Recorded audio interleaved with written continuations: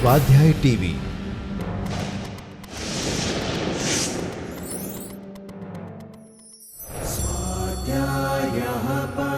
Doctor બાબા Saheb Ambedkar open university.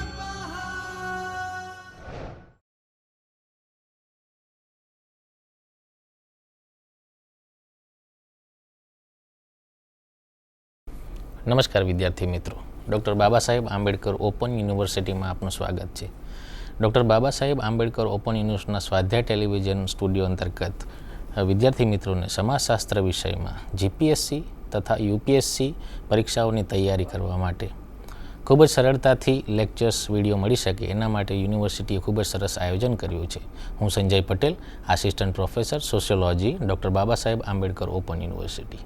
મિત્રો, આજે આપણે સમાજશાસ્ત્રની પાયાની સમજૂતી તરીકે કેટલાક એના ક્ષેત્રો છે, એના વિભિન્ન પાસા છે, એના સ્થાપકો છે તથા સમાજશાસ્ત્ર તથા અન્ય સામાજિક વિજ્ઞાનો સાથેનો સંબંધ એ વિષયની ચર્ચા કરીશું.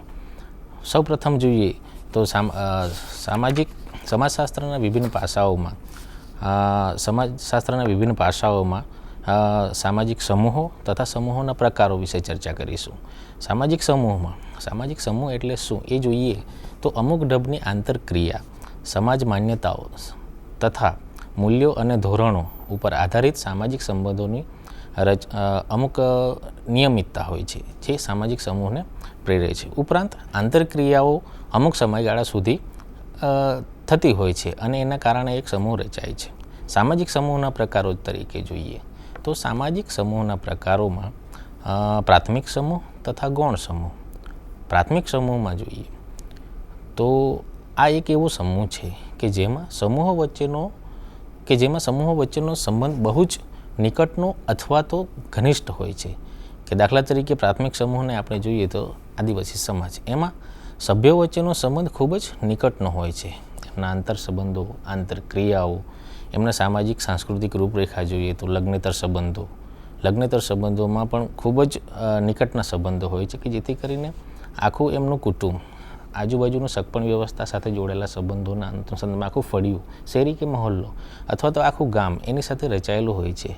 અને લગ્ન વ્યવસ્થામાં પણ ખૂબ જ આનંદ પ્રમોદની સાથે એ લોકો નિકટતાથી જોડાયેલા હોય છે અને એને કારણે ખૂબ જ ઘનિષ્ઠ સંબંધ હોય છે. એવો પ્રાથમિક સમૂહ, આદિવાસી સમૂહ. જ્યારે ગૌણ સમૂહની ચર્ચા કરીએ તો ગૌણ સમૂહમાં સભ્યો વચ્ચેનો સંબંધ ખૂબ જ નિકટનો હોતો નથી, પણ સામાન્ય સંબંધ હોય છે. દાખલા તરીકે ઔદ્યોગિક એકમોનો સમાજ જોઈએ તો ઔદ્યોગિક એકમોમાં કામ કરતા મજૂરો અથવા તો કારીગરો અથવા તો એન્જિનિયરો, એમાં કામ કરતા કારીગરો, એન્જિનિયરો હોય તો એમના વચ્ચેનો સંબંધ કામ પૂરતો જ હોય છે. એટલે કે સમગ્ર સંચાલન સુચારુ વ્યવસ્થા તરીકે સંસ્થાનું અથવા તો એકમનું ચાલુ રહે એના પૂરતો જ હોય છે.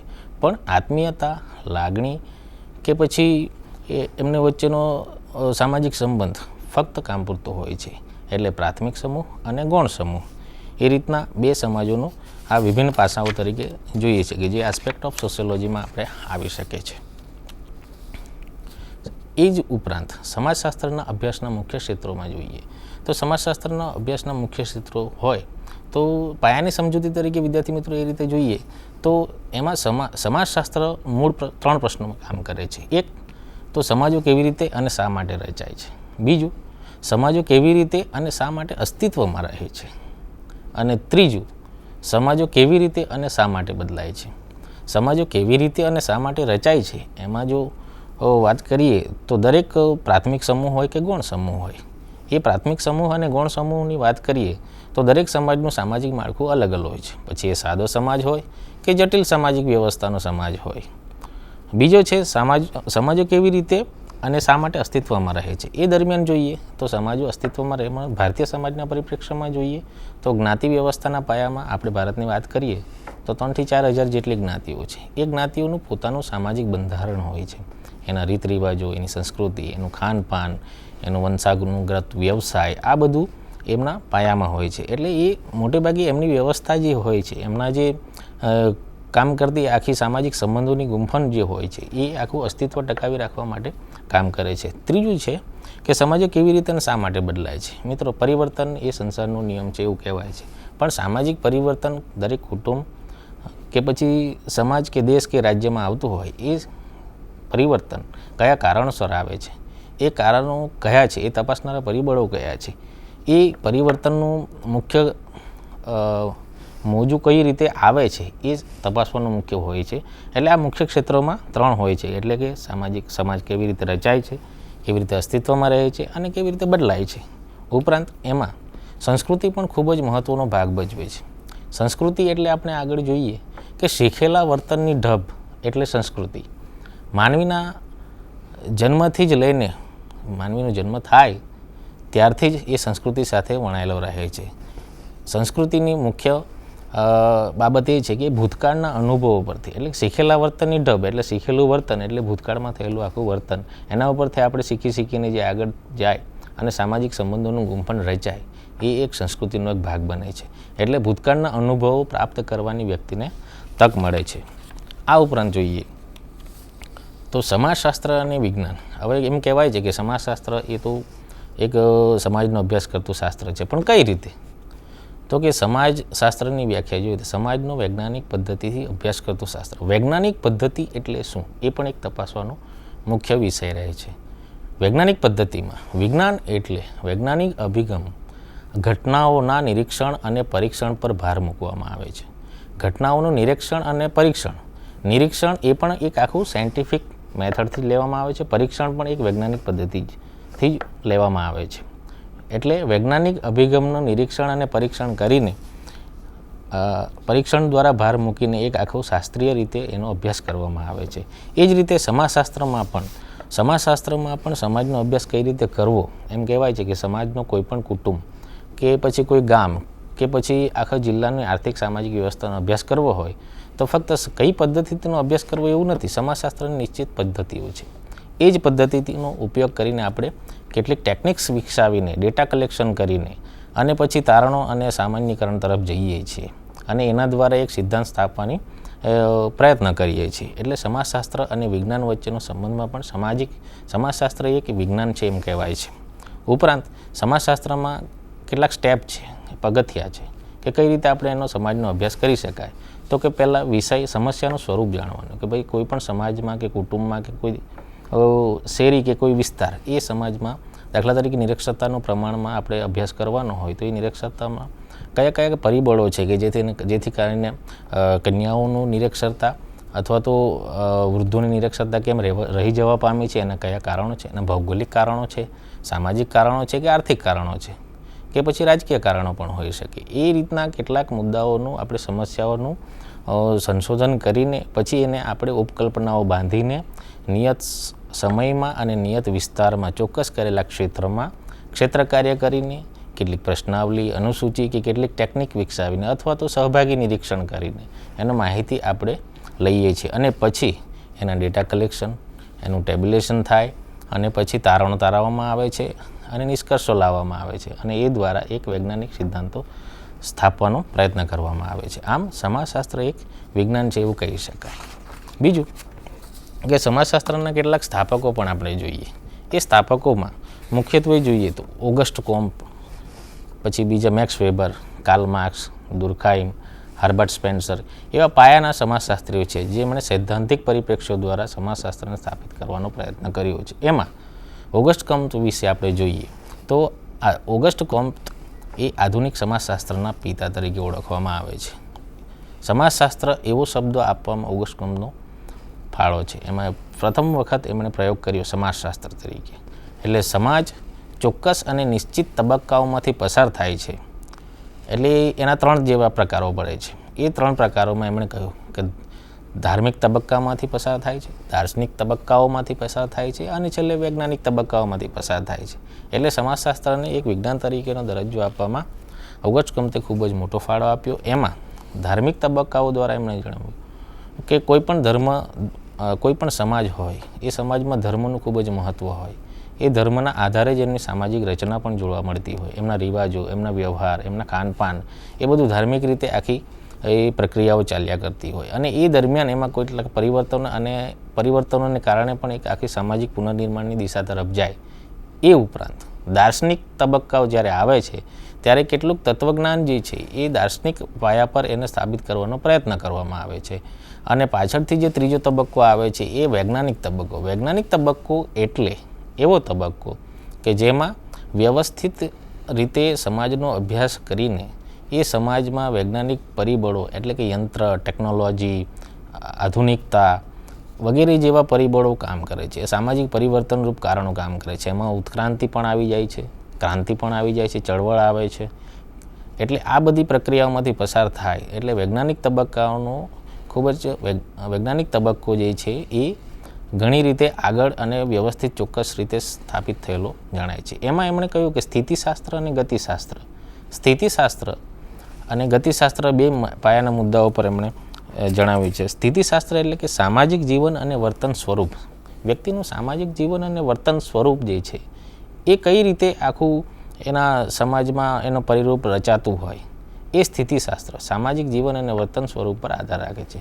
ઉપરાંત ગતિશાસ્ત્ર એટલે એના આજુબાજુનું વાતાવરણ, એનું રચનાતંત્ર, એ રચનાતંત્રમાં આવતા પરિવર્તનો પર વધારે ભાર મૂકે છે, એમ ઓગસ્ટ કોન્ત કહે છે. અને છેલ્લે ઓગસ્ટ કોન્ત સામાજિક પુનર્નિર્માણની દિશા તરફ ગતિ કરે છે. એક એવો સમાજ કે સામાજિક પુનર્નિર્માણ એક એવો સ્ટેજ આવશે કે એવો તબક્કો આવશે કે જેમાં સમાજ પોતે પાછો સામાજિક પુનર્નિર્માણ તરફ ગતિ કરશે. બીજા સમાજશાસ્ત્રી તરીકે જોઈએ તો ઇમાઇલ દુર્ખીમે રૂલ્સ ઓફ સોશિયોલોજીકલ મેથડ નામના પુસ્તકમાં સમાજશાસ્ત્રીય પદ્ધતિના નિયમો તરીકે એમનું બીજું પુસ્તક division of labour in society.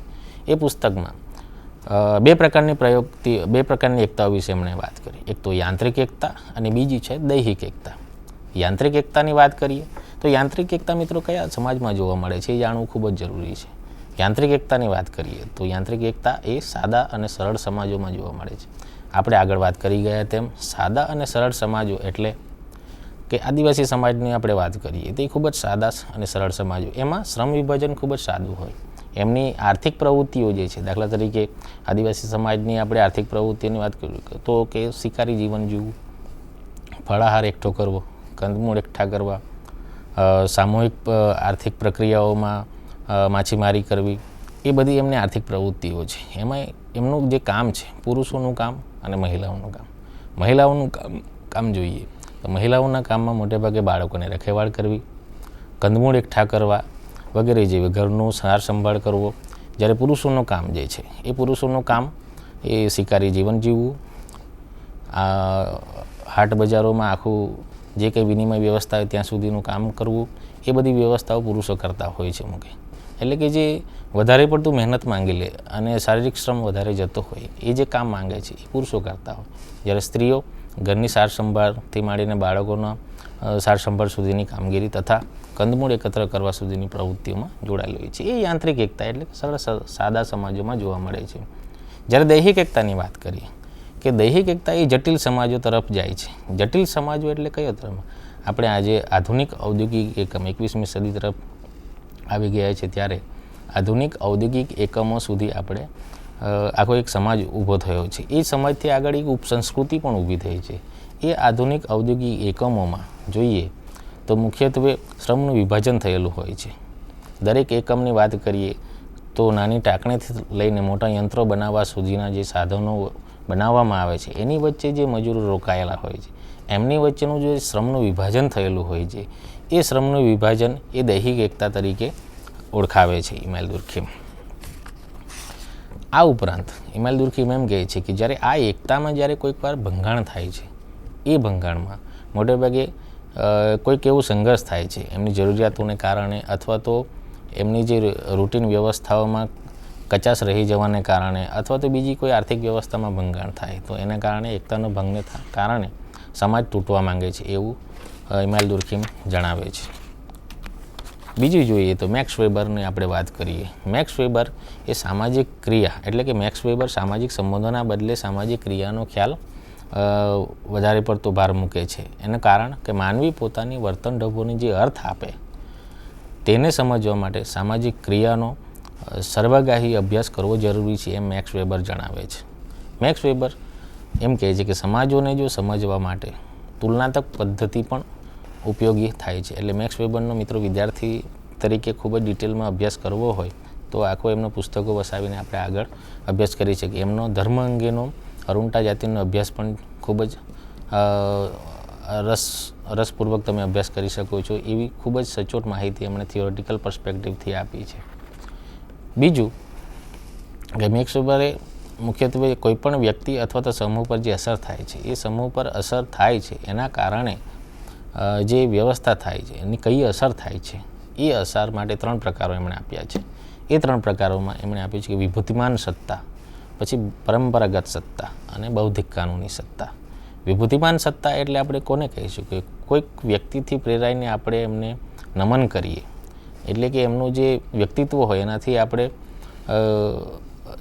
આપણા વ્યક્તિત્વમાં મન પર અસર પડે કે ભાઈ આદરપાત્ર થઈ જાય તો આપણે એમને વિભૂતિમાન સત્તા તરીકે ઓળખાવી શકીએ. બીજું પરંપરાગત સત્તા. હંમેશા વડીલોને આપણે પરંપરાગત રીતે માન આપીએ છીએ અને જ્યારે પણ આપણે એમની સામે વર્તન કોઈ પણ પ્રકારનું કઈ રીતે કંઈ ખચકાટ ન અનુભવીએ સામેવાળા એ રીતે આપણે વર્તન કરીએ છીએ, એટલે એ પરંપરાગત સત્તા તરીકે આપણે ઓળખાવીએ છીએ. બીજું બૌદ્ધિક કાનૂની સત્તા.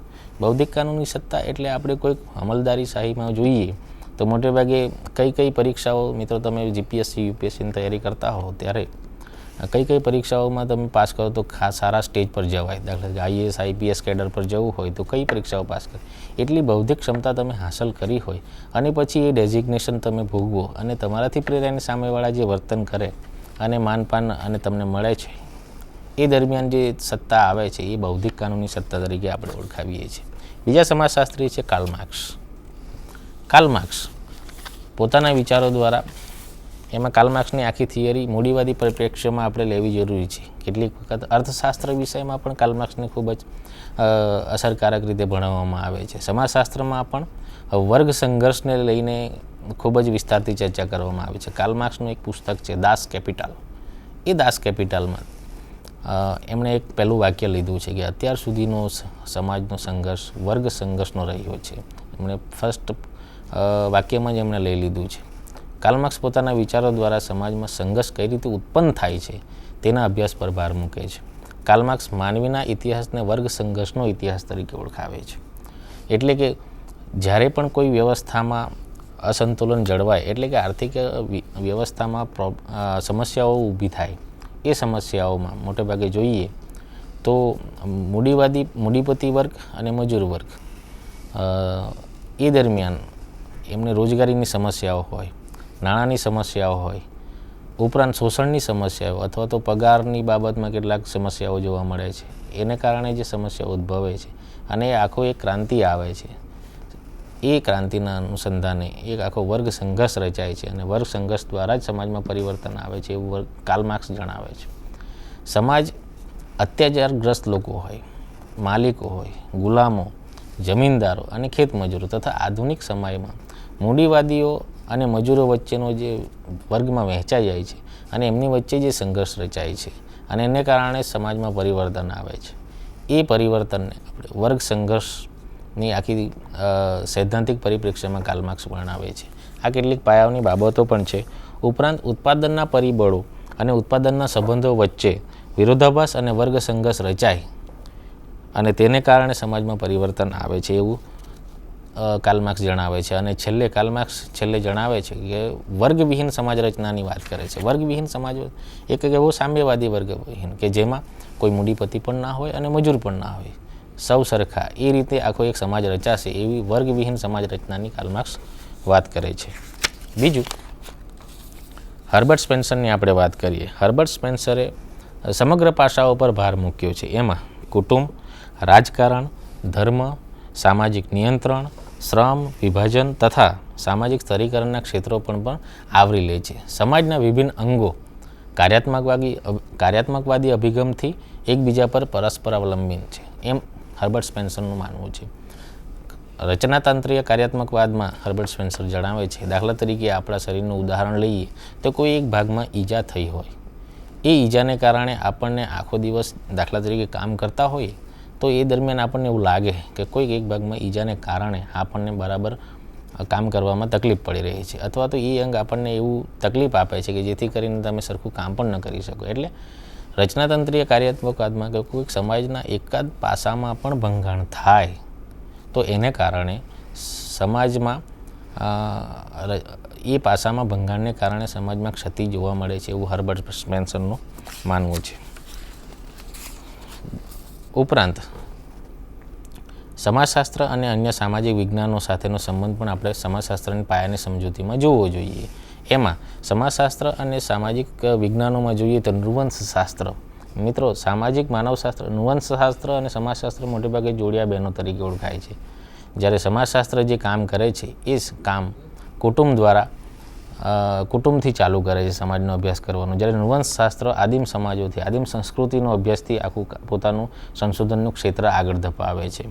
બીજું, નૃવંશશાસ્ત્રમાં જે પ્રાચીન સમાજ જે છે એ પ્રાચીન સમાજના સાંસ્કૃતિક પરિપ્રેક્ષ્ય, સામાજિક પરિપ્રેક્ષ્ય, એને સાદી સમાજ એટલે કે યાંત્રિક એકતાનો એક આખો સમાજ, એના લગ્ન, કુટુંબ, પરસ્પર અવલંબન, સખ્ત સંબંધો, એવો આદિવાસી સમાજ જે આદિમ સંસ્કૃતિથી નિશ્ચિત સંસ્કૃતિ ધરાવતો હોય એમનો અભ્યાસ કરે છે. જ્યારે સમાજશાસ્ત્ર કુટુંબથી એનો સમાજ, એનો જ્ઞાતિ, લગ્ન, સંસ્થા, ધર્મ, રાજકારણ વગેરે જેવી રાજકીય સંસ્થા સુધીનો અભ્યાસ સમાજશાસ્ત્ર કરે છે. સમાજશાસ્ત્ર અને અર્થશાસ્ત્ર. મિત્રો, સમાજશાસ્ત્ર અને અર્થશાસ્ત્ર સાથેનો સંબંધ એટલો છે કે માનવીના આર્થિક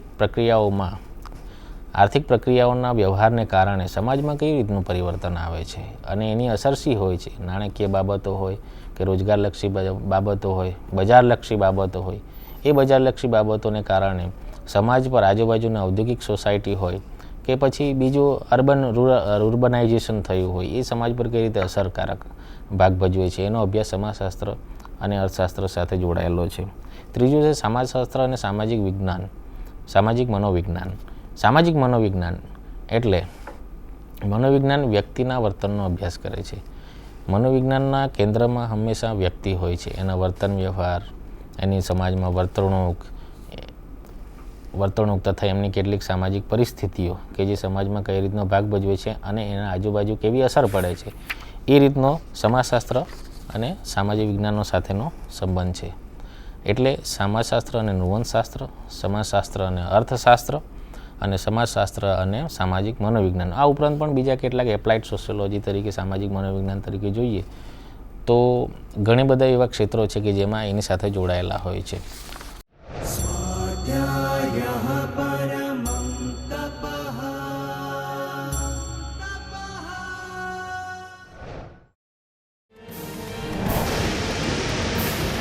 સ્વાધ્યાય ટીવી